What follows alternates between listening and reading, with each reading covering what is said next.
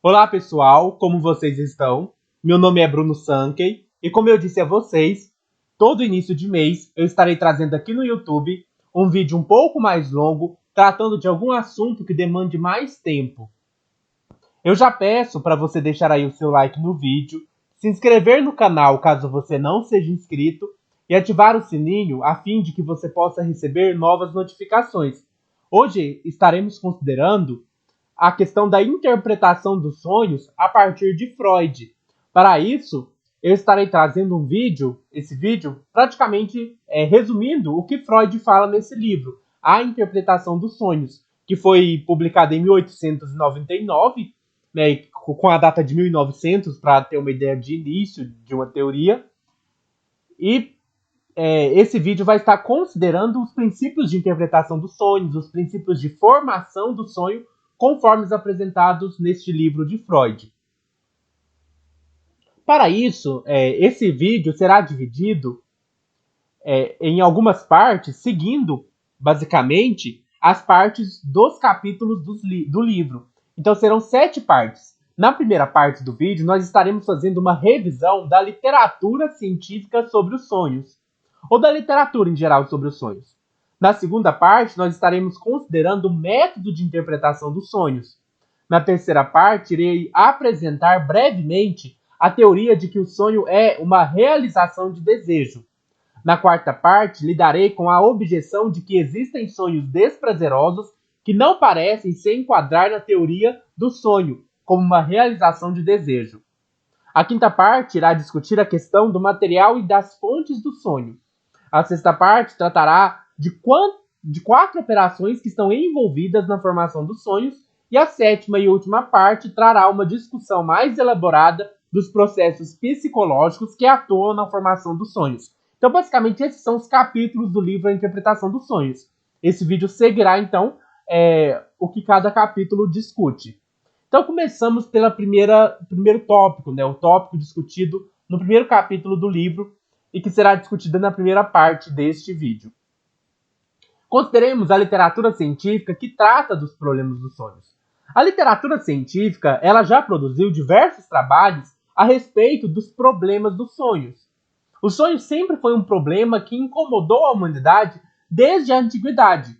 A gente sabe, por exemplo, que na antiguidade, alguns povos relacionavam os sonhos com a crença na revelação de deuses ou demônios. Então acreditava-se que um sonho era uma revelação recebida de Deus ou dos deuses. E muitas vezes se usavam os astrólogos, os mágicos ou os sacerdotes para trazerem uma interpretação desses sonhos. Vocês podem pegar, por exemplo, na Bíblia, né? Quando Nabucodonosor tem um sonho, ele manda chamar os magos do reino para dar uma interpretação desse sonho. E depois ela acaba chamando o profeta Daniel para dizer qual que era o significado desse sonho. A mesma coisa com Faraó, né? No Egito, ali quando tem a história de José no livro de Gênesis. Né? O Faraó tem um sonho das vacas gordas, das vacas magras, e aí ele pede para que as pessoas que trabalham com ele interpretem aqueles sonhos, elas acabam não conseguindo, então ele chama José para interpretar o sonho. E aí a gente lê no texto, por exemplo, que Nabucodonosor não, o faraó agradece José pela interpretação dos sonhos, dizendo: o espírito dos deuses habita nele. Ou seja, acreditava-se que os deuses forneciam a revelação daquele sonho. No entanto, com Aristóteles, o sonho ele passa a ser objeto de um estudo psicológico, sendo o sonho entendido como uma atividade mental de quem está dormindo. Então, com Aristóteles, a gente vai ter um rompimento com a perspectiva mística, com a perspectiva mítica. E vamos ter uma tentativa de pensar de maneira racional qual é o significado do sonho. Então, a partir de Aristóteles, o sonho ele passa a ser objeto de estudo, sendo considerado uma atividade mental. Ou seja, não é mais uma revelação dos deuses, é uma atividade da mente, do aparelho psíquico em funcionamento. Já no segundo século depois de Cristo, ali então por volta do ano 100 e pouco da Era Comum, nós vamos encontrar uma classificação dos sonhos que foi adotada por um cara chamado Artemidoro de Daudes. E depois essa interpretação vai ser seguida por Macróbio. De acordo com esses dois pensadores, Artemidoro de Daudes e Macróbio, existem duas classes de sonho. Primeiro, existem os sonhos relacionados com o presente e existem os sonhos relacionados com o futuro. Ou melhor dizendo, existem os sonhos relacionados com o passado ou o presente e os sonhos relacionados com o futuro. Os sonhos relacionados com o passado ou o presente são de dois tipos. Os sonhos de saciação são aqueles sonhos em que a gente realiza um desejo. Por exemplo, eu tô com sede. Eu fui dormir e sonhei que eu estava bebendo água. Ou pode ser que eu sonhe o oposto, né? Às vezes o desejo ele aparece como ser o oposto. Ao invés de eu sonhar exatamente aquilo, eu sonho o oposto daquilo que eu desejo. E existem os pesadelos, que seriam sonhos que emprestariam uma extensão fantástica à representação. Então você tem os sonhos de desejo e os sonhos de pesadelo. Os sonhos de desejo são chamados de insomnia. E os sonhos de pesadelo são chamados de jantsmata. Por outro lado, existem os sonhos que são relacionados com o futuro. E aí, entre os sonhos relacionados com o futuro, eles listam as profecias, que seriam os oráculos, os oráculum, as previsões, que seriam as visões, né? E os sonhos simbólicos, que seriam o somium. Então, existe a associação, que são os sonhos de desejo, que é a insomnia. Existem os pesadelos, que são a jantsmata. Existem as profecias, que são os oráculos. Existem as previsões, que são a visio. E existem os sonhos simbólicos, que são o somium. Os sonhos relacionados com o passado e o presente são os sonhos de saciação e os pesadelos. E os sonhos relacionados com o futuro são as profecias, as previsões e os sonhos simbólicos. Essa foi a interpretação, então, dada por Artemidoro e por Macróbio no segundo século a respeito dos sonhos. Já na modernidade, o pensamento científico vai surgir a ciência no sentido em que nós a entendemos hoje, a ciência moderna. No pensamento científico moderno, alguns têm defendido que nos sonhos nos vemos afastados do mundo da consciência de vigília, enquanto outros entendem o sonho como um prolongamento da vigília. Então vai haver tantos cientistas que vão entender que no sonho a gente acabou o estado de vigília e a gente está num outro estado de consciência, e vai ter pessoas que vão entender que no sonho há um prolongamento do estado de vigília. Há ainda quem defenda que os sonhos geralmente são influenciados por nossas paixões, por nossos desejos. Apesar dessa discussão parecer ser um fato estabelecido que todo material que compõe o conteúdo de um sonho é derivado da experiência.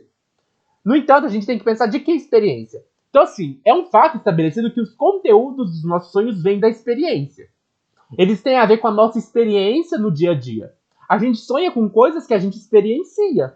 Nossos sonhos, conteúdos deles são formados a partir do material que vem da nossa experiência. Uma das fontes onde os sonhos retiram seu material é a experiência da infância. Existem muitos conteúdos dos nossos sonhos que remontam à nossa infância. No entanto, a gente também sabe que a maioria dos nossos sonhos se encontram elementos derivados dos últimos dias antes de sua ocorrência. Então, geralmente, se a gente for olhar os nossos sonhos, em geral, a gente vai encontrar elementos que tem a ver com o dia anterior do sonho, ou que tem a ver com a semana do sonho. Então, por exemplo, eu encontrei uma pessoa num dia, e eu acabo sonhando com ela. Ou aconteceu alguma coisa no meu dia a dia. Vamos supor, eu estava estudando para uma prova, e aí eu sonho com a prova. Então, os nossos sonhos, eles mantêm relação com a experiência da infância, retomando conteúdos desse momento, mas, em geral, a gente vai encontrar nos nossos sonhos conteúdos recentes, conteúdos ligados a esse material da experiência mais recente, que remonta, às vezes, ao dia anterior ao sonho, ou que remonta a algum tempo maior. De qualquer modo, em qualquer caso, o conteúdo dos nossos sonhos, eles são oriundos da experiência. Outro fator interessante é que nos sonhos aparecem elementos que são considerados irrelevantes ou que passaram despercebidos no estado de vigília. Então, assim, existem elementos da nossa experiência que no dia a dia, na vigília, pode ser que não nos chamem a atenção. Mas quando a gente vai dormir, a gente sonha com aquilo. Então, assim, aquilo na nossa vigília foi um elemento insignificante, mas ele reaparece no sonho como um elemento importante, como um elemento essencial. Há ainda uma teoria segundo a qual os sonhos são resultados de uma perturbação do sono. A maioria dos estudiosos entendem que as causas que perturbam o sono, que seriam as fontes do sonho, poderiam ser de muitas espécies, incluindo tanto estímulos somáticos, tanto internos quanto externos, quanto excitações mentais. Vamos entender melhor essa questão. Por que a gente tem alguma perturbação no sono? A gente sonha para continuar dormindo. Então, quando acontece uma perturbação do sono, a gente sonha para que a gente não tenha que acordar, para que o sono possa continuar. Vou dar um exemplo. Vamos supor que eu estou dormindo e eu estou com sede. Ora, se eu estou com sede, eu preciso acordar e ir beber água. Esse é um estímulo somático, né, do corpo. Eu preciso acordar para ir beber água. Só que se eu acordar para ir beber água, eu vou ter que terminar o sono. Eu não vou poder continuar dormindo. Eu vou ter que interromper meu sono e ir lá tomar água. Então, o que meu aparelho mental faz? Ele faz com que eu sonhe que eu estou bebendo água. Porque aí eu satisfaço o meu desejo de beber água e posso continuar dormindo. Então, eu sonho que eu bebi água para que eu possa continuar dormindo. Outro exemplo, às vezes me deu vontade de ir no banheiro, de fazer xixi. Ao invés de eu acordar e ir lá fazer xixi, eu sonho que eu fiz xixi. E às vezes eu fiz mesmo, né? Eu faço na cama, o xixi na cama.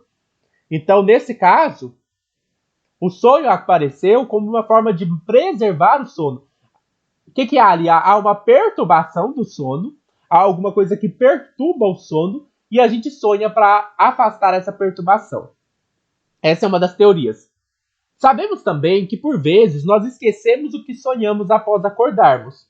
Muitas vezes, nós sabemos que sonhamos sem saber o que sonhamos. Eu acho que todo mundo já passou por essa experiência. Você acordar de manhã e falar assim, nossa, eu sonhei com alguma coisa, mas eu não lembro o que foi. E aí vai surgir o Adolf Strumpel, que vai tentar dar uma explicação para isso. Por que a gente esquece dos nossos sonhos? Quais são os motivos para isso? Ele apresenta 6 motivos pelos quais a gente se esquece do que sonhou. O primeiro motivo é que muitas imagens oníricas são esquecidas por serem fracas demais, enquanto outras imagens mais fortes, adjacentes a elas, são recordadas. Então, existem alguns elementos dos nossos sonhos que são imagens fracas, então é muito difícil a gente lembrar delas. O segundo motivo é que tendemos facilmente a esquecer imagens oníricas únicas, enquanto lembramos mais facilmente das que se repetem. Então, se a gente sonha com uma coisa muito incomum, com uma imagem muito incomum, é muito difícil a gente recordá-la. O terceiro, faltam a muitos sonhos inteligibilidade e ordem, o que dificulta que se possa recordá-los. Alguns sonhos são tão sem lógica, tão sentidos, tão confusos, tão parece que sem ordem, sem organização nenhuma, que a gente não consegue lembrar, porque é uma bagunça aquele sonho. É um caos, assim, não tem ordem, não tem lógica, então a gente não consegue lembrar. Isso dificulta que a gente consiga lembrar.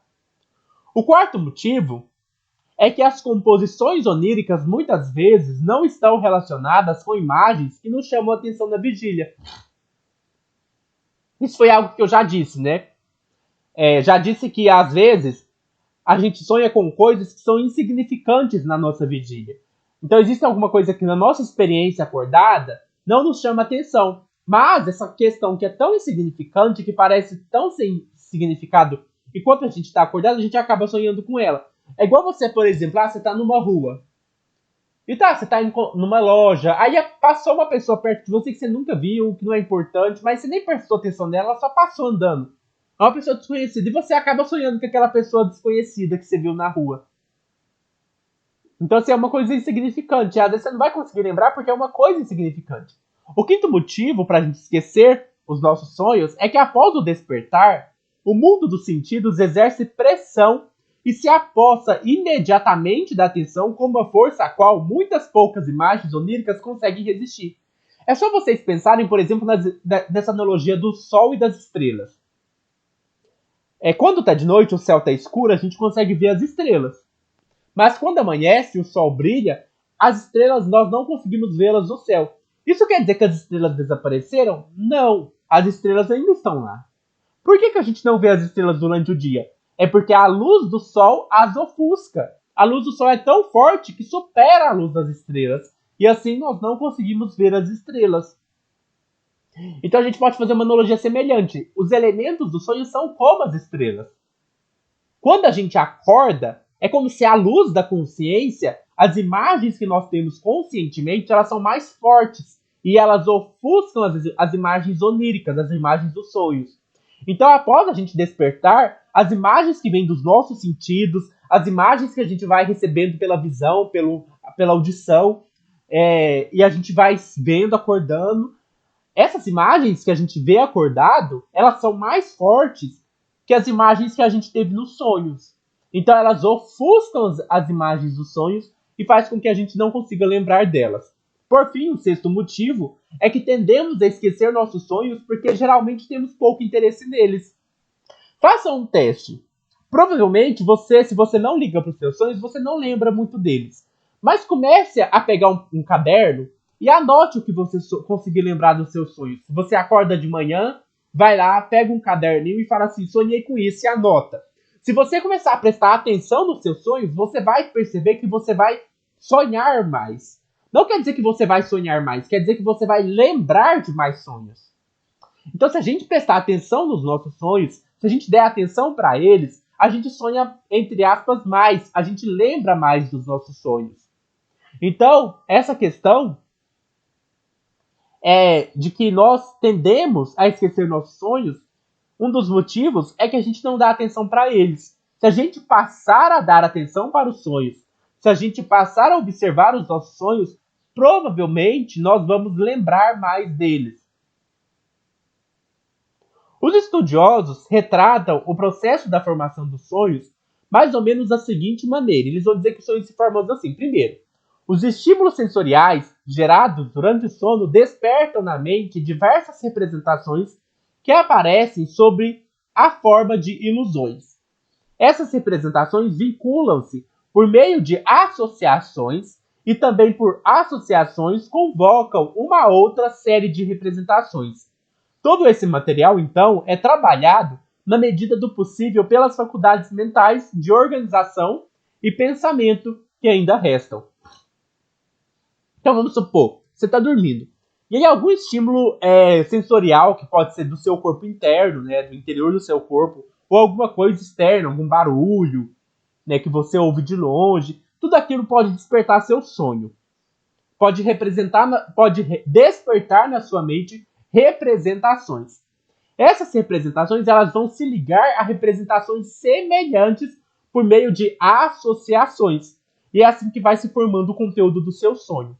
Então, para que seu sonho aconteça, é necessária a operação de faculdades mentais. Só que essas faculdades mentais, elas estão, por assim dizer, mais fracas.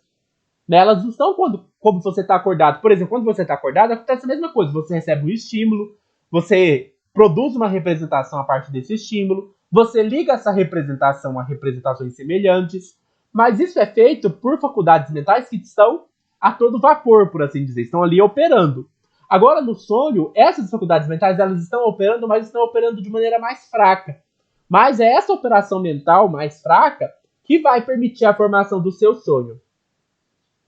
Tem sido observado que as associações que ligam as representações oníricas entre si são de natureza muito especial e diferem das que funcionam no pensamento da vigília, podendo até ter semelhança com o modo que as imagens se associam em certos distúrbios mentais. O que isso quer dizer? A maneira como as imagens se ligam na nossa vigília e a maneira como as imagens se ligam no sonho, elas são diferentes. São outros princípios que governam essa ligação. E aí, uma coisa que foi percebida é que essa ligação lembra muito a ligação do sonho, o estado psicótico, o estado de uma pessoa em loucura, em transtorno mental. Por exemplo, se você pega um esquizofrênico que está alucinando, e você começa a conversar com ele, ele vai ter um discurso que você vai falar assim, nossa, esse ponto se ligou com esse, que ele se ligou com aquele. Aí você vai perceber que aquele discurso tem uma lógica. As palavras se associam, tem uma relação com a outra, mas não é uma lógica que nós que estamos acordados ali conversando, que não estamos num estado psicótico, não é a mesma lógica nossa. As representações elas se ligam de um jeito estranho. Ele começa a falar uma coisa, liga com outra, mas não tem a ver assim, na nossa lógica. Mas você percebe que tem uma coerência interna. Você percebe que tem sentido o que ele está falando, que tem uma lógica interna, mas não é a mesma lógica nossa. Quando a gente está, claro, em estado, entre aspas, normal. Então o sonho é a mesma coisa. as imagens vão se ligando tem uma lógica, mas não é a mesma lógica de quando a gente está acordado. Outra questão que também tem sido observada em relação aos sonhos é o surgimento noturno de impulsos que são considerados imorais. Eu não sei se vocês já tiveram um sonho erótico, por exemplo, com uma coisa proibida, com uma coisa que você considera que é errada. Vamos supor, você trabalha numa empresa. E aí você recebeu a ordem do patrão daquela empresa de que você não pode se relacionar sexualmente com seu colega de trabalho, porque isso é contra a ética, e você entende isso, você concorda, você fala, é mesmo, é imoral, não posso. Mas, no fundo, você tem um desejo por aquele rapaz que é seu colega de trabalho. Mas, por causa da moral, você realmente não faz isso. E aí, de repente, você sonha que você está tendo uma relação com ele. Então, assim, isso que você considera imoral apareceu no seu sonho. Ao que parece, assim, durante a vigília, os impulsos imorais, eles têm um poder inibido. Tipo assim, quando você está acordada, você se controla. Você fala, não posso, trabalho na empresa, isso é errado. Mas quando você vai dormir, pode até ser que você tenha algum controle, mas é muito menor. Porque pode até ser que no sonho apareça a ideia, não posso, ele é meu colega de trabalho. Mas no sonho é muito mais difícil você inibir esse desejo. Então é muito provável que você sonhe mesmo e ceda ao desejo durante o sonho. Desse modo, nos sonhos, se concretizam aqueles desejos moralmente condenáveis que durante a vigília não podemos concretizar. Então, nos nossos sonhos, aquilo que a gente condena enquanto a gente está acordado pode reaparecer como um desejo que vai ser realizado. Outra questão importante a ser considerada, então, aqui a gente apresenta, na verdade, várias teorias a respeito dos sonhos. Agora, vou apresentar 3 teorias a respeito dos sonhos que têm a ver com a atividade psíquica. Então, porque alguns pensadores, alguns filósofos, alguns cientistas, alguns psicanalistas não, porque o Freud é o primeiro, né? Aqui que começa. Mas alguns pensadores que tentaram entender a atividade mental, eles vão dividir-se em 3 teorias a respeito de como se relaciona o sonho com a atividade mental. Então, são 3 teorias. A gente pode agrupar essas teorias sobre os sonhos em 3 grupos. Primeiro, nós temos as teorias segundo as quais a totalidade psíquica continua nos sonhos. Então, de acordo com essas teorias, a mente ela não dorme. O seu aparelho permanece intacto. Então, assim, eles vão olhar, alguns pensadores, né, vão olhar para o sonho e vão falar assim, olha, se a pessoa está sonhando é porque a mente dela está funcionando. Então, quando a gente vai dormir, a nossa mente não para. A nossa mente continua funcionando igual funciona de dia. Uma segunda teoria vai dizer que os sonhos ele implicam um rebaixamento da atividade psíquica. Então, alguns vão olhar para o sonho e vão falar assim, realmente, se a pessoa está sonhando é porque a mente dela está funcionando. Mas não é igual quando ela está acordada. A mente dela está funcionando, mas está funcionando de uma maneira rebaixada, num nível de atividade menor. Então essas teorias vão defender que há um afrouxamento das conexões e um empobrecimento do material acessível durante o sono. Porque a mente ela não está funcionando a todo vapor, ela está funcionando assim numa atividade mais reduzida.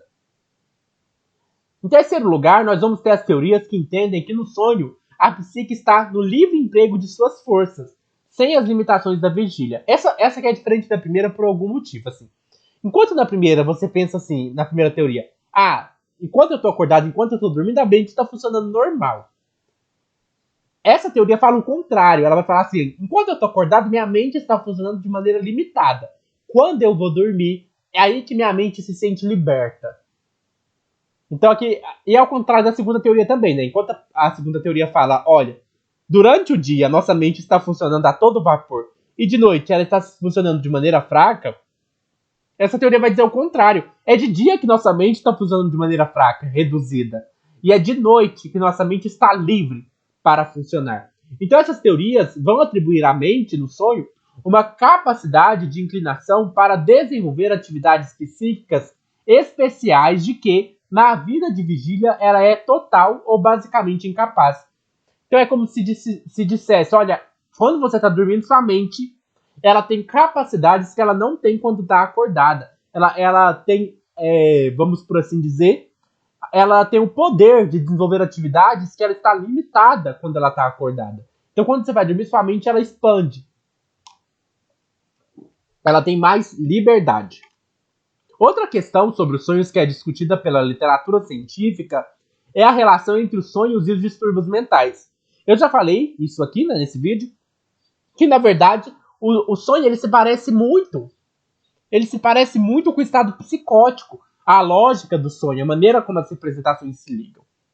E aí a gente pode tratar de 3 coisas em relação aos sonhos e os distúrbios mentais. Primeiro, as conexões etiológicas e clínicas. Segundo, as modificações a que está sujeita a vida onírica nos casos de doença mental. E terceiro, as ligações intrínsecas entre o sonho e as psicoses. Vamos tentar considerar a questão clínica. Às vezes, um sonho ele pode representar um estado psicótico ou o introduzir ou ser remanescente dele. Eu já fiz um vídeo no canal contando que eu tive uma fase psicótica, né, que eu tive surtos de esquizofrenia há uns anos já. E às vezes, muitas vezes, eu vou dormir e eu sonho que eu tô tendo um surto psicótico. Então percebe, eu não tô tendo um surto psicótico enquanto eu tô acordado. Mas quando eu vou dormir, é como se o surto aparecesse no sonho. Então é como se fosse um remanescente desse surto aparecendo no sonho. Segundo, um outro tipo, as modificações a que está sujeita a vida onírica nos casos de doença mental. A gente tem poucas pesquisas, pelo menos o Freud fala que na época dele tinha poucas pesquisas, eu não sei se hoje tem, sobre as modificações que ocorrem na vida onírica durante as psicoses crônicas. Que é de tentar pensar assim, olha, será que a maneira como um psicótico sonha é diferente da maneira como nós, que estamos, entre aspas, no estado normal, sonha? Será que aquelas pessoas que têm uma psicose crônica, elas sonham como a gente sonha? Ou será que o sonho tem alguma diferença em casos de psicose crônica? Será que o sonho assume alguma outra forma distinta no caso da psicose crônica? E aí, essa questão é interessante, porque embora haja poucas pesquisas sobre elas, uma coisa que tem sido observada é que na recuperação de doenças mentais, embora o funcionamento seja normal durante a vigília, a vida onírica ainda se acha sob influência da psicose. Eu acho que isso tem a ver com o que eu falei no primeiro tópico também. Tipo assim, pode ter um remanescente do estado psicótico e pode também ter a influência da psicose enquanto a pessoa está dormindo. A psicose continua ali, né? Então talvez, se a gente for considerar um psicótico, o sonho dele tem alguma diferença. Mas se a gente considerar alguém que se recuperou da psicose, pode ser que essa questão da psicose apareça no sonho. E por fim, a gente tem a questão das ligações intrínsecas entre o sonho e a psicose. A gente sabe que os sonhos e psicose são análogos, né? Como eu disse, a lógica deles é muito parecida. Análogos, motivos que eles são análogos. Primeiro, a suspensão da autoconsciência. É verdade que a gente tem sonhos lúcidos, né? Sonhos que a gente sabe que está sonhando e tal. Mas a maioria dos sonhos, ou grande parte deles, a gente não tem consciência de que está sonhando. Da mesma maneira, um psicótico, em geral, pode ser que existe um psicótico que tem algum grau de consciência disso, mas, em geral, a maioria dos psicólogos, dos psicóticos, ou grande parte, eles não percebem que estão no estado psicótico. Eles não sabem que estão no estado considerado de loucura. Eles não sabem que estão no estado de psicose. Da mesma maneira, quando a gente sonha, em geral, a gente não sabe que a gente está sonhando. Nesse sentido, há uma suspensão da autoconsciência, tanto no sonho quanto na psicose. Uma segunda semelhança é uma modificação na percepção dos sentidos. Então, o psicótico ele tem, por exemplo, alucinações, ele tem delírios. Então, ele tem uma interpretação da realidade, da experiência e dos sentidos diferente da nossa. Essa diferença da percepção dos sentidos acontece também nos sonhos. Uma outra semelhança entre a psicose e os sonhos são que as associações de imagens e representações elas têm uma forma própria. Como eu disse, o sonho ele tem uma lógica própria. E por fim, no sonho a gente tem uma alteração de traços de personalidade. Às vezes, uma pessoa que é muito calma, muito serena durante o dia, durante o sonho ela explode, grita. Então assim, parece que ela é o contrário, parece que ela muda de personalidade. Na vigília ela tem uma personalidade, sonhando ela tem outra. E na psicose pode acontecer essa alteração de traços da personalidade. na psicose uma pessoa pode ter seus traços de personalidade alterados. Então essa é a primeira parte, ela é um pouco mais longa do que as demais, porque ela vai fazer essa retrospectiva das diversas interpretações a respeito dos sonhos ao longo da história do pensamento. Agora, a gente vai considerar, né, já entrando mais na teoria freudiana mesmo. Temos, pois, agora a questão da interpretação dos sonhos, do método de interpretação dos sonhos. O Freud vai dizer assim que os sonhos eles podem ser interpretados. Quando o Freud fala isso, é importante tomar muito cuidado. Aqui ele não está falando de interpretação dos sonhos no sentido mítico. Não se trata de uma interpretação espiritual e religiosa dos sonhos. Trata de uma interpretação científica. É de tentar ver o significado psicológico daquele sonho para a pessoa. Se o sonho é produto da nossa atividade mental, então ele tem um significado em relação aos nossos processos mentais, às nossas vivências psicológicas. É nesse sentido que o Freud se propõe a interpretar os sonhos. Ele quer entender qual que é o significado daquele sonho dentro da experiência psicológica do indivíduo. Qual que é o sentido daquele sonho dentro da experiência psicológica do sujeito que o sonha. Então não é uma interpretação espiritual, não é uma interpretação religiosa, é uma interpretação psicológica. Ou seja, qual é o significado daquele sonho considerando a experiência psicológica do sujeito. O que esse sonho diz a respeito da atividade mental, dos conflitos emocionais, dos problemas psicológicos, das vivências psicológicas daquele sujeito. É nesse sentido que Freud se propõe a interpretar os sonhos. O Freud vai dizer assim que existem, no mundo leigo, duas formas essencialmente diferentes de tentativa de interpretar os sonhos. A primeira ele vai chamar de interpretação simbólica dos sonhos. A segunda ele vai chamar de decifração dos sonhos. O que é a interpretação simbólica dos sonhos? A interpretação simbólica dos sonhos é aquela que considera o conteúdo do sonho como um todo e busca substituí-lo por outro conteúdo que seja inteligível, análogo ou original. Então seria mais ou menos assim, a pessoa sonhou X. E aí eles vão entender, esse X, esse sonho inteiro que a pessoa sonhou, significa Y. Eu não sei se vocês já viram isso, por exemplo, se você sonhar que perdeu o dente, eu não sei se é isso que fala. Mas eu já vi alguma teoria assim, se você sonhar que perdeu o dente, isso significa que você vai ganhar um bebê, você vai ficar grávida. Eu não sei se é isso que falam, mas é alguma coisa mais ou menos assim. Eu não lembro agora. Então, assim, é um sonho inteiro. Você teve um sonho que você estava no seu banheiro, escovando os dentes, e de repente ali você está escovando os dentes sem querer, seu dente mole cai na pia e tal. Aí a pessoa não vai interpretar cada parte do sonho, ela vai entender o sonho como um todo.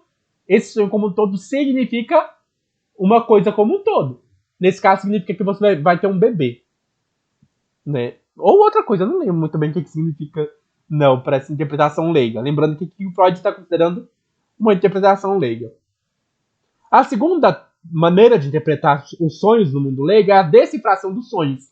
A decifração dos sonhos é aquele método de interpretação que trata os sonhos como uma espécie de criptografia em que cada signo pode ser traduzido por outro signo de significado conhecido de acordo com um código fixo. Eu acho que isso é bem comum, esse tipo de interpretação, às vezes na astrologia. Na astrologia, nessas coisas mais místicas, mais ocultistas, parece ser mais comum esse tipo de interpretação. Eu não sei se vocês já viram, na internet tem um negócio que chama dicionário dos símbolos. Você coloca lá, por exemplo, assim, gavião. Aí ela fala, gavião simboliza isso. Por exemplo, você coloca lá lua. Lua significa sentimentos. Aí você coloca lá lobo. Lobo significa habilidades de percepção noturna, sei lá. Cada coisa lá simboliza uma coisa. Então é um código de decifração. É como se tivesse um código fixo que dissesse A significa B, X significa Y, W significa Z. Então, assim, é um código fixo. Então, assim, é uma tabelinha. Aí você pergunta pra pessoa, o que você sonhou? Aí ela vai te contar, eu sonhei que eu tava voando no avião, e aí eu encontrei um passageiro que tava com uma camisa que tinha um jacaré desenhado. E aí você vai lá no código e vai procurar, o que significa avião? Aí, sei lá, avião significa que algum projeto seu vai se realizar. Aí, o que significa jacaré? Jacaré significa dificuldades que virão. Aí você vai fazendo uma tabelinha, esse sonho então simboliza que você tem algum projeto para realizar, mas virão dificuldades. Então esse é um tipo de interpretação que é uma tabela fixa que vale para todo mundo e que é só olhar lá na tabelinha e X significa Y, que é assim que interpreta o sonho. A psicanálise não segue esse modo de interpretação. A interpretação psicanalítica dos sonhos, ela parte do princípio de que o que deve ser tomado como objeto de atenção não é o sonho como um todo, mas partes separadas de seu conteúdo. Aqui é importante dizer assim, o método de interpretação dos sonhos, ele se aproxima mais do método de decifração. Só que é diferente. Porque qual que é a diferença?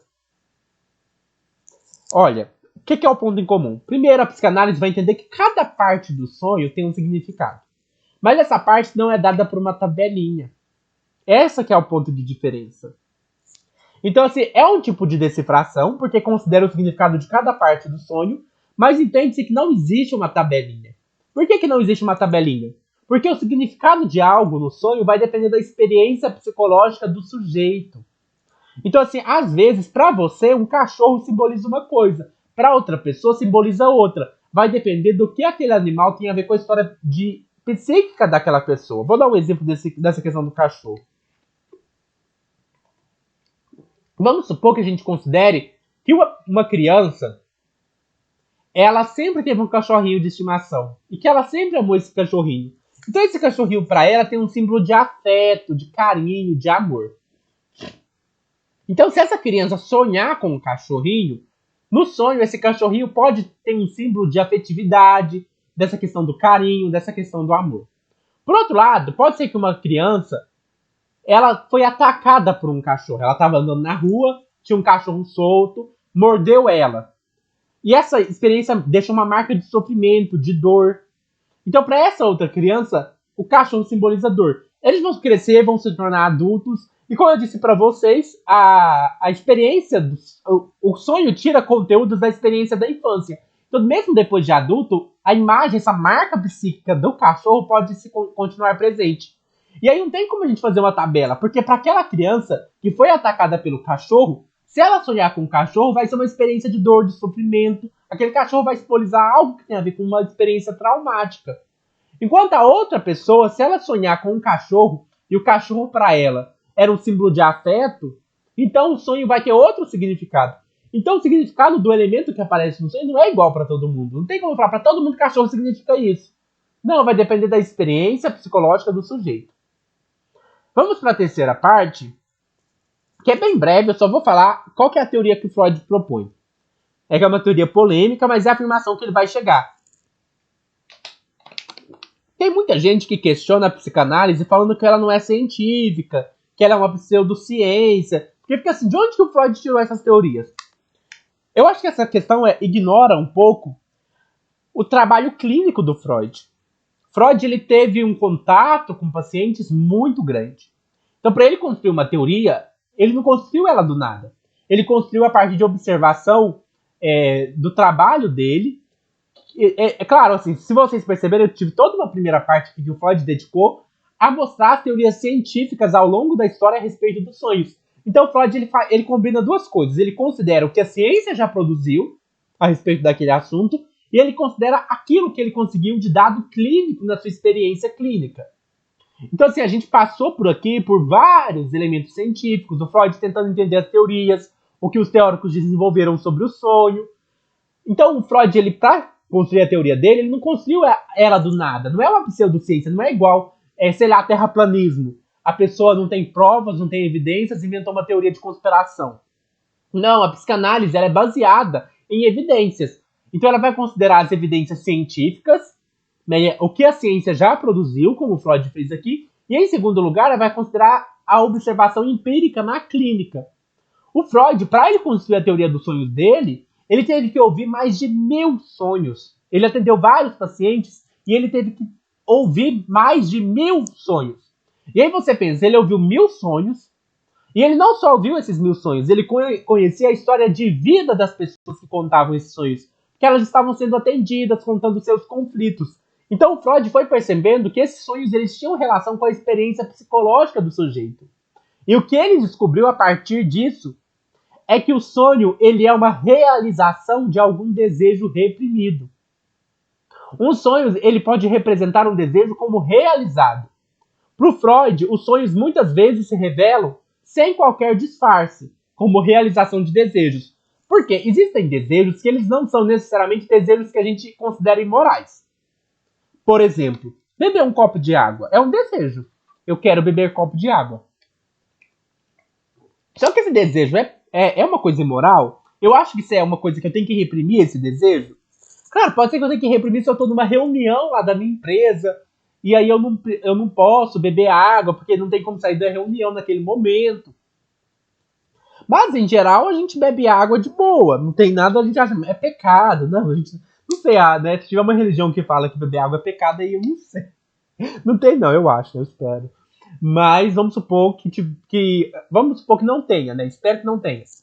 Então, assim, esse é um desejo que não tem porquê ele se disfarçar. Ele é um desejo que não é proibido, então você vai sonhar com ele naturalmente. Então você tá com sede, às vezes você vai dormir, você vai sonhar que bebeu água. Mas existem desejos que são reprimidos. E eles não podem aparecer no sonho como eles são, porque sua censura psíquica, sua consciência moral não deixa. Então há sonhos que só podem ser compreendidos como realização de desejos e que trazem seu sentido de maneira clara, sem nenhum disfarce, enquanto há sonhos que vão ter que apresentar um disfarce. Então a gente vai entender agora por que desse disfarce, como se dá esse disfarce, e que é a quarta parte. Então a terceira só foi para falar qual que é a teoria do Freud, né? Vamos para a quarta parte, que é a questão da distorção nos sonhos.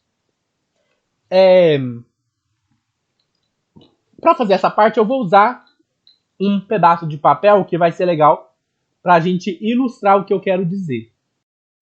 Olha, vamos devagar aqui. Vamos ver se vocês percebem a questão. Eu tenho um desejo reprimido. Esse desejo reprimido ele não pode atingir minha consciência porque ele é imoral. Eu dei o exemplo da mulher que trabalha na empresa, né, e que ela sabe que não pode manter relacionamentos com um parceiro que, né, como eu disse, um parceiro que seja colega de trabalho, não pode. Então isso é uma coisa considerada imoral. E aí quando ela está acordada, né, ela vai ter uma barreira. Quando esse desejo vier, a barreira, que é o quê? O sensor, ele não vai deixar passar esse desejo. Então a gente tem tipo um sensor. Né? Um sensor que seria como se fosse um guarda que não deixa o desejo errado passar. Então ela tá lá acordada, ela olhou pro cara, veio um desejo assim, às vezes ela nem toma consciência desse desejo. Às vezes a barreira é tão forte que ela nem toma consciência. A barreira para antes de chegar na consciência, antes dela ter qualquer ideia daquele desejo. Mas ela olha ali, e aí surge o desejo vai tentar passar, mas a barreira vai impedir. Então impede. Tá. Então essa barreira a gente vai chamar de censura psíquica. Depois o Freud vai chamar ela de superego, mas nesse momento a gente vai chamar ela de censura psíquica. Censura psíquica. O que a gente pode comparar a censura psíquica? A gente pode comparar ela a um guarda. Ou a um vigia. Eu já não sei se vocês já viram. Por exemplo, vai ter uma festa. Uma festa reservada em que só pode entrar convidados que estão na lista. Então vamos supor que essa é uma festa dos desejos. Então ele tem um desejo de beber água, o desejo de construir um jardim na sua casa, um desejo de reformar o seu quarto. São desejos que você tem. Esses desejos, eles vão chegar na censura psíquica e a censura vai olhar para eles e vai falar, olha, não é um desejo errado, pode passar. Então vai entrando, passe, entre na festa. Mas aí de repente vem um desejo errado, né, imoral, e fala, olha, o desejo de ficar com o meu colega de trabalho. A censura vai falar, opa, peraí, não pode entrar na festa não, sinto muito, vai embora. Qual que seria uma maneira de entrar na festa sem a pessoa te barrar? Se disfarçando. Então, esse desejo precisaria se disfarçar. Ele precisaria se disfarçar de um desejo permitido. Ele precisaria ganhar uma outra forma. Se ele conseguir um disfarce, ele consegue passar. Só que é uma coisa assim, vamos supor que você se disfarce. Só que se disfarçar, você coloca um boné, um óculos escuro e vai lá tentar passar pelo guarda. que o guarda vai falar? Opa, pera aí, ele tá de óculos escuro, tá de boné, mas eu sei que é ele, né? Eu sei pela voz, eu consigo ver o nariz. Não, não vai passar, não. Enquanto você tá acordado é assim. Agora pense que esse vigia tá trabalhando lá o dia inteiro. Aí chega de noite, ele tá morrendo de sono. Ele não chega a dormir completamente, né? Ele tá sonolento. Ele tá cansado, mas ele continua trabalhando. Então ele vai olhando assim. Se você chegar lá sem disfarce, ele ainda vai te ver. Opa, peraí, você não pode entrar, não. Mas se você se disfarçar, às vezes esse vigia vai estar tão sonolento, tão dormindo assim, que por causa do disfarce ele não vai nem perceber quem é você. E aí ele te deixa passar com um disfarce. Então é isso que acontece. A censura psíquica, durante o dia, ela está funcionando a todo vapor, impedindo qualquer desejo passar, mesmo quando ele se disfarça. Ela impede. Assim, dependendo do disfarce, existem disfarces que pode ser que ele consiga burlar, né? Mas, em geral, a censura psíquica durante o dia está numa operação bem forte, bem vigilante. Mas chega de noite, a hora que você vai dormir, a censura psíquica ela não se desliga. Ela continua funcionando, mas em estado mais fraco. Em estado mais fraco. E aí é que você precisa se disfarçar. Ou o sonho precisa se disfarçar. O desejo, né, precisa se disfarçar. Aí sim o desejo passa. E aí é isso que o Freud vai tentar trabalhar. Quais são esses disfarces? Como se dá esse disfarce? Vamos considerar, então, essas questões de distorções dos sonhos. Eu não sei se vocês já viram um quadro de surrealismo. Tem aquele que tem um relógio derretendo. Isso que seria uma distorção. A coisa fica bem diferente do que é, né? Então o surrealismo, ele consegue trazer pra gente uma questão dos sonhos. Os sonhos, eles se distorcem.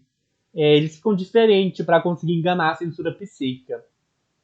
Então, quando a gente afirma que todo sonho é uma realização de desejo, logo parece surgir uma objeção. Muitos vão dizer assim, olha, mas e os sonhos desagradáveis? Ou os sonhos que nos geram angústia, medo? É aí que entra essa questão. A gente tem que pensar que os sonhos eles se distorcem. Aí o Freud vai fazer uma distinção entre conteúdo manifesto e conteúdo latente. Se vocês virem um teatro, nos bastidores do teatro, as pessoas vão se disfarçar de personagens, não vão? Mas aí, o teatro mesmo, os personagens vão surgir ali e vão fazer um teatro. Mas pense o que é o teatro. Por trás das cortinas existe várias coisas. Existe a maquiagem, existe as roupas para o disfarce, existem os vários ensaios que os personagens tiveram que fazer, os atores tiveram que fazer. Existem os bastidores que vão controlar a iluminação, vão controlar o que vai cair do céu, o que vai acontecer, os barulhos, os sons. Mas a pessoa que vai assistir o teatro, ela não vê isso tudo. Ela vê o que vai aparecer ali na frente dela, no palco. O sonho é a mesma coisa. Existem várias coisas nos bastidores do sonho que juntaram-se para formar aquele sonho. Mas o que você vê do sonho é apenas o conteúdo manifesto. Então a gente vai chamar de conteúdo latente tudo isso que está nos bastidores do sonho e de conteúdo manifesto isso que aparece. Só que isso que aparece não é exatamente o sonho ainda. Por quê? O que a gente lembra do sonho não é exatamente o sonho. Se você acordar de manhã e eu falar para você conte seu sonho, você vai omitir coisas do seu sonho, você vai distorcer coisas do seu sonho. Porque a censura já opera. Porque quando você está acordado, a censura é maior. Então vai ter parte do seu sonho que você vai esquecer, que você não vai dar importância. Então o sonho, o conteúdo manifesto é o sonho como você o narra depois que você acorda. Que ainda é diferente do sonho como você sonhou, que ainda é diferente do sonho nos seus bastidores. Então é verdade que o sonho, como ele se mostra, ele pode ter conteúdos que são afetivos. No entanto, os conteúdos latentes do sonho, eles representam a realização de um desejo. Os conteúdos dos sonhos, relacionados a um desejo reprimido, eles precisam se disfarçar, como eu disse. Eles precisam se distorcer para que possam passar pela censura psíquica. Assim, os sonhos eles recebem sua forma em cada ser humano mediante a ação de duas forças psíquicas. Primeiro, nós temos uma força que constrói o desejo que é expresso pelo sonho. E segundo, nós temos uma força que distorce o desejo. Então o desejo é construído e distorcido. É por isso que os sonhos precisam ser decifrados, pois representam a realização de um desejo secreto, latente, que no conteúdo manifesto aparece sob disfarce. É por isso que a gente precisa interpretar os sonhos. Se os sonhos eles não fossem distorcidos, se eles fossem simplesmente a realização do desejo de maneira como esse desejo é, como naquele sonho simples de beber água, então não teria necessidade de interpretar o sonho. Mas a gente precisa interpretar os sonhos porque eles escondem desejos. Olha, vou dar um exemplo para vocês. Eu não sei se vocês já viram na Bíblia, tem a história de José. José teve um sonho que a gente pode interpretar de maneira psicológica. Ele interpretou ali de maneira espiritual, né? A Bíblia faz essa interpretação espiritual, de que na verdade ele sonhou que um dia ele se tornaria governante do Egito. Mas a gente pode fazer uma interpretação psicológica. Vamos supor assim. Tá ali José, ele tem seus irmãos. José, ele sempre se sentiu o favorito do pai, se vocês lerem na Bíblia. Mas aí José, ele tinha lá no seu fundo um desejo de dominar sobre os seus irmãos. Já que ele era o filho favorito, ele pensou, olha, ou desejou, né? Olha, eu queria dominar sobre meus irmãos. Só que ele não pensou isso de maneira consciente, porque isso era um pensamento considerado pecaminoso, né? Um pensamento considerado errado. Até o pai dele, né, depois que ouviu o sonho, ele fala, ó, filho, não, isso aí não tá certo, não. Então é um desejo considerado errado. É o desejo de dominar sobre meus irmãos. O desejo do poder. Mas esse desejo pode aparecer no sonho. Só que ele não vai aparecer como ele é. Porque ele precisa se disfarçar. José não pode ir lá dormir. Sonhei que eu estava governando o Egito e os meus irmãos vieram e se curvaram diante de mim. Não. O sonho tem que aparecer num símbolo. Ele precisa se disfarçar simbolicamente. E aí, José tem dois sonhos, né? Ele tem um sonho de que eu não me lembro muito bem, mas eu acho que ele pensa que ele é o sol e as estrelas em volta dele, né, se curvam diante dele. E ele tem um outro sonho que, se eu não me lembro, ele é como se fosse uma espiga, né, um feixe de trigo ou de milho, alguma coisa assim. E aí tem o feixe dele e tem o feixe dos irmãos. E o feixe dos irmãos se curvam diante do feixe dele. Percebam que tem toda uma simbologia. Tem o sol, tem as estrelas se curvam diante do sol. Então, assim, é toda uma simbologia para representar um desejo, que é o desejo de dominação. Que é o desejo de dominar. Então, esse é um exemplo de um sonho distorcido. Essa distorção não foi tão grande, né? Porque é meio rápida de fazer a interpretação, mas tem sonhos que são tão distorcidos, mas tão distorcidos que é muito difícil saber o que eles significam. Vou dar um exemplo de um sonho bastante distorcido. Os sonhos mais distorcidos são aqueles que envolvem desejos sexuais reprimidos, né? Então vamos supor que você é um religioso e você entende que você não pode ter relações sexuais, né? Mas aí, de repente, você teve um sonho. Se é celibatário, se é padre, ou se você não pode fazer sexo antes do casamento, mas você sonhou, não que você estava fazendo isso, mas você sonhou que você viu uma escada. E aí você subia essa escada e descia essa escada. Subia e descia, subia e descia, subia e descia.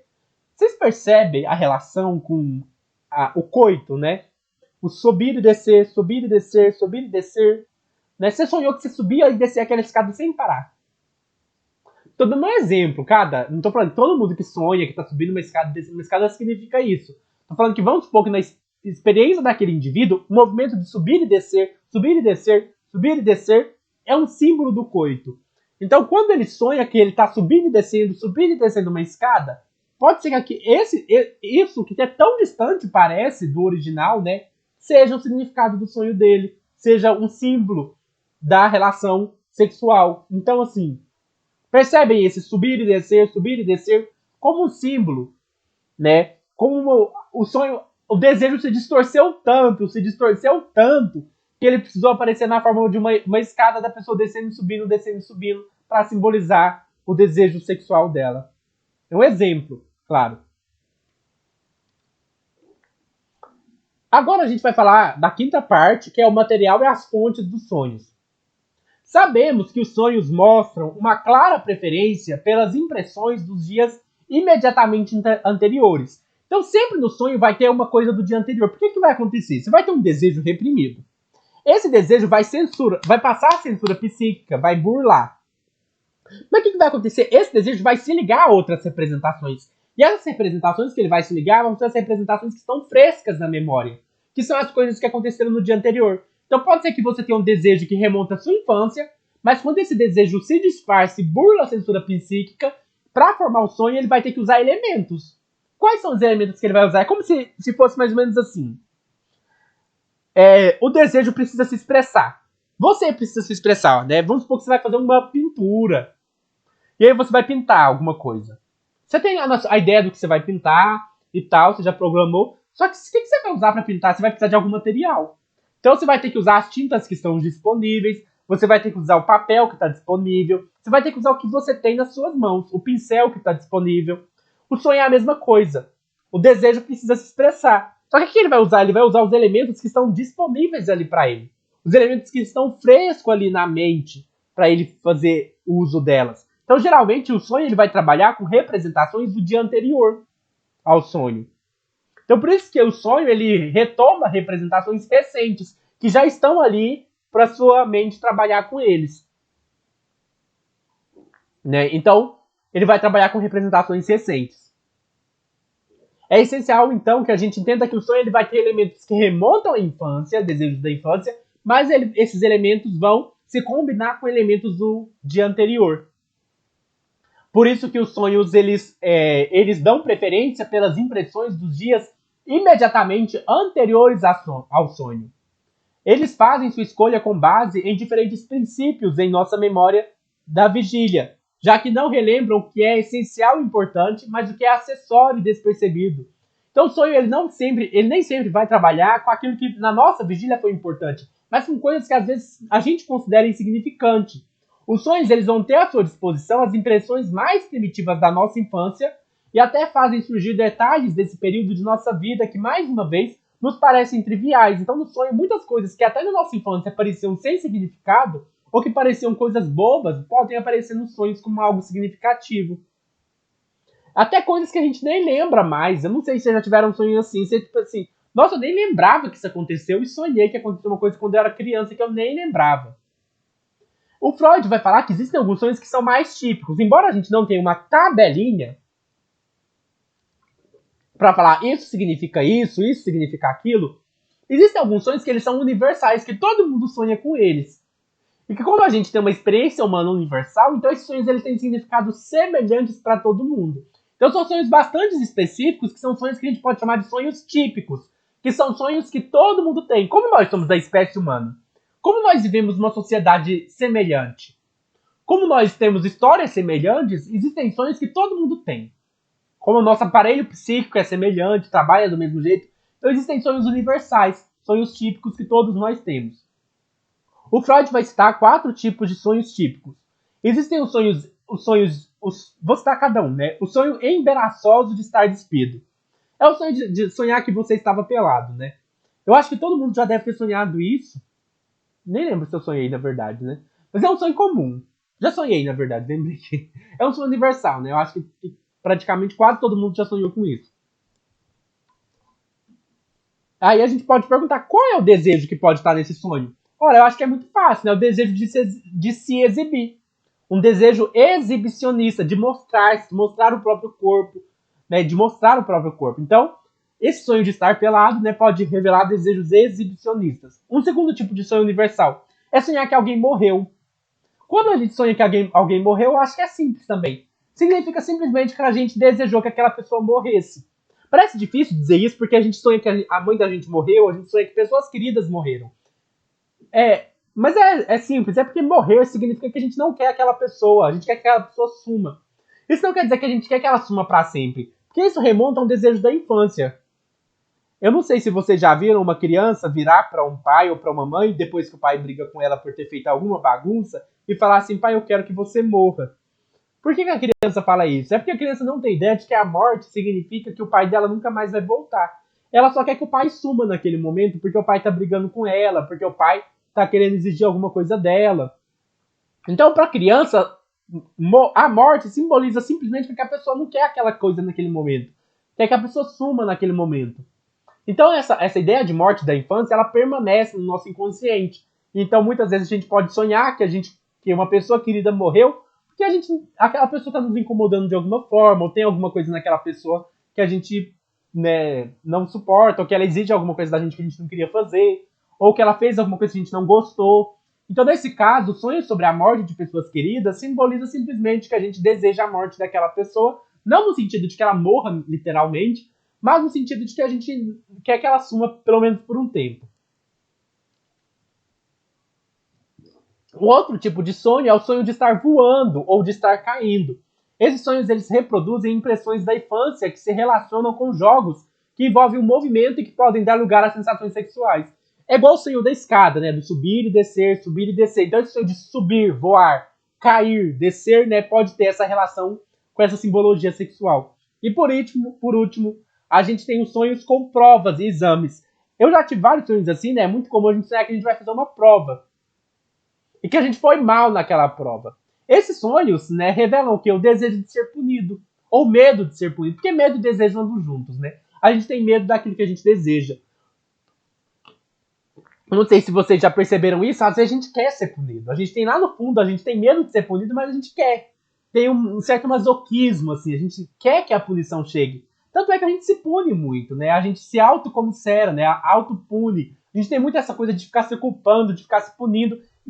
E a gente tem a impressão de que se a gente ficar se culpando, que a gente ficar se punindo, a gente vai especiar os nossos desejos reprimidos, os nossos desejos imorais. A gente vai conseguir espiá-los, vai conseguir pagar por eles. Então a gente tem essa necessidade de ser punido, porque a gente sente que se a gente for punido, né, porque os nossos desejos são imorais, eu tenho esse desejo errado, então eu preciso ser punido por causa dele. Então a gente tem essa noção de punição. Então, os sonhos de que eu fui mal numa prova e fui punido por isso, eles revelam esse medo infantil, que ao mesmo tempo é um desejo de ser punido e de ser castigado. Agora nós vamos para a sexta parte, que a gente vai falar do trabalho do sonho. Então, como que o sonho se forma, né? Qual que é o trabalho necessário para a formação do sonho? Vamos trabalhar um pouco, então, sobre o trabalho do sonho, a obra que se faz para que o sonho ele possa se constituir, para que o sonho ele possa se formar. Considerar então essa questão do trabalho do sonho, da operação do sonho, do trabalho que o sonho faz para montar esse quebra-cabeça pictográfico que é o sonho. O sonho dele é como se fosse um quebra-cabeça, né? São várias partes que vão se juntando para formar o sonho. E aí, em formas disfarçadas. E aí o Freud vai falar que existem 4 mecanismos, por assim dizer, de formação do sonho. O primeiro ele vai chamar de condensação. O que é a condensação? O sonho ele representa muita coisa. Mas é muita coisa mesmo. Se você fosse sonhar tudo o que o sonho representa, aquele sonho ia durar anos, talvez. Você ficar sonhando aquilo lá para sempre. O que o sonho faz? Você tem um sonho que duraria o tamanho dessa folha. Né? Tanto desejo reprimido para ser representado que duraria o tamanho dessa folha. O que o sonho faz? O sonho faz isso daqui. Ele condensa. Ele aperta. Olha aqui o tamanhozinho que ficou. Então, assim, o sonho que era para ser toda a folha, né, aquela folha enorme, ele vai se condensar e vai ficar pequeno. Tanto é que o sonho ele pode repetir coisas de maneira tão misturada. Não sei se vocês já sonharam com uma pessoa que na verdade era outra pessoa que era outra pessoa. Tipo assim, eu sonhei com Maria, mas Maria na verdade era Josefina, que na verdade era Gabriela. Aí você fica assim, mas parece que as 3 pessoas era tudo isso. Tipo assim, no começo do sonho eu pensei que era Maria, assim. Né? No sonho era Maria. Só que depois ela virou Josefina. E depois virou Gabriela. Aí você fica assim, não, mas.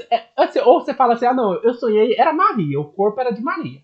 O rosto era de Maria. Mas o jeito de conversar era de Josefina e as roupas da pessoa era de Gabriela. Então eu acho que vocês já tiveram sonhos assim, né? Que a pessoa era uma pessoa, mas na verdade era outra. Porque condensou, juntou tudo numa só. Era para representar as 3 pessoas, mas o sonho juntou todas numa só. Então, uma grande quantidade de conteúdo latente é comprimida de modo a caber num sonho curto. O segundo trabalho que o sonho faz é o de deslocamento. O que é o deslocamento? O deslocamento é o processo por meio do qual um conteúdo latente significativo é substituído por um conteúdo manifesto associado a aparentemente irrelevante. Por que acontece? O desejo, se ele aparecer no sonho como protagonista, às vezes isso vai ser muito pesado, assim. Às vezes é um desejo reprimido que não pode aparecer logo assim no sonho como se fosse a coisa principal. Então esse desejo reprimido pode aparecer como uma coisa insignificante. Então, às vezes, as pessoas insignificantes do seu sonho, os eventos insignificantes do seu sonho são os mais importantes. São os que têm mais peso. Então há esse deslocamento. Uma coisa que era significativa vira insignificativa no seu sonho. E uma coisa que era insignificativa vira significativa no seu sonho. Eu não sei se já viram novelas, filmes, né? Você tem o protagonista, você tem a cena principal, mas se você olhar numa novela, num filme, tem uma coisa acontecendo lá no fundo. Sempre tem. Né? Por exemplo, tem personagens figurantes. No sonho é como se essa parte de fundo fosse importante. Às vezes ela é mais importante do que a parte mais essencial. Às vezes o pano de fundo é o mais importante. Às vezes o desejo ali reprimido está aparecendo logo lá no personagem que é figurante. Ou no fundo, no cenário de fundo. Eu acho que tem algum tipo de desenho, algum tipo de charge, de filmes, que tem essa importância da figura de fundo, né? Que às vezes tá passando uma coisa... Eu não sei se vocês já viram Midnight Gospel, que é uma série que assim, tem um pano de fundo e tem o principal, assim, que é a conversa, o podcast. Só que às vezes eu tenho a sensação de que isso que está acontecendo no pano de fundo é mais importante às vezes. Eu não sei se vocês já viram, depois procurou Midnight Gospel, que você vai ter um podcast da pessoa entrevistando alguém e com várias coisas acontecendo no pano de fundo. E às vezes parece que algumas coisas que acontecem no pano de fundo são as mais importantes e é onde deveria estar a nossa atenção. O terceiro tipo de coisa que acontece no sonho é a simbolização. É o que eu já falei, né? Os conteúdos eles se disfarçam, eles não vão aparecer como eles são, a não ser que seja um desejo que não seja muito, assim, alguma coisa importante, reprimida, como beber um copo de água. Mas, em geral, né, o desejo vai precisar se disfarçar num símbolo. E o quarto ponto é a dramatização, porque o sonho ele precisa ter uma história, ele tem que ter um drama. Né? Então tem que acontecer alguma coisa que tenha uma ordem, uma lógica, uma estrutura que faça sentido. Que pode não ser na nossa lógica, numa outra lógica, mas tem que ter uma lógica, uma estrutura. Senão o sonho não vai acontecer, né? Precisa acontecer uma historinha, alguma coisa nesse sentido. Então a dramatização é a transformação dos pensamentos em situações, de modo que os conteúdos são representados em imagens sensoriais e de modo que a estrutura do sonho possua uma fachada racional e inteligível. Vamos agora para a última parte do sonho, não. Do vídeo, né? Esse vídeo é um pouco mais grande, longo, né? Porque falar de interpretação dos sonhos não é algo que tem como falar de maneira rápida, né? Deveria ter falado no começo do vídeo para colocarem para ver em velocidade 2, para quem não tem paciência. Mas acho que para quem se interessa por interpretação dos sonhos, um vídeo longo é importante. E esses vídeos são mensais, uma vez por mês. Mas vamos continuar para a gente finalizar. Quando nós consideramos os sonhos, nós já vimos que nós nos esquecemos de muitas coisas que sonhamos. E agora eu acho que a gente pode pensar por que a gente esquece? Por causa da censura psíquica. Às vezes, a censura psíquica, o sonho aconteceu, o desejo reprimido se realizou no sonho.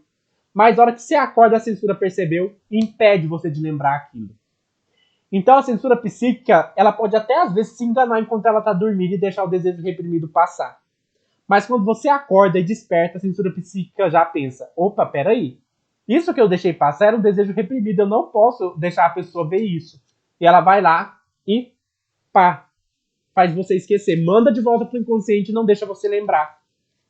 Então percebe o tanto que a censura psíquica é ardilosa, né? O quanto ela é capciosa.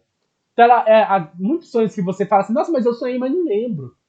Porque a censura psíquica foi lá, né, durante o sono ela se enganou, deixou o desejo passar, mas na hora que você acordou, antes de você tomar consciência, ela já percebeu, opa, peraí, não podia ter deixado esse desejo passar. E ela vai e, tira, antes que você perceba, ela tira o sonho dali e você não lembra.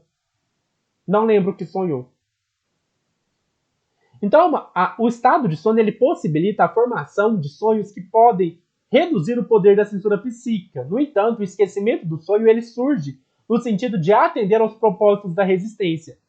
Nós conseguimos compreender até aqui que os sonhos são atos psíquicos, tão importantes quanto quaisquer outros. Esse é o ponto importante da teoria do Freud.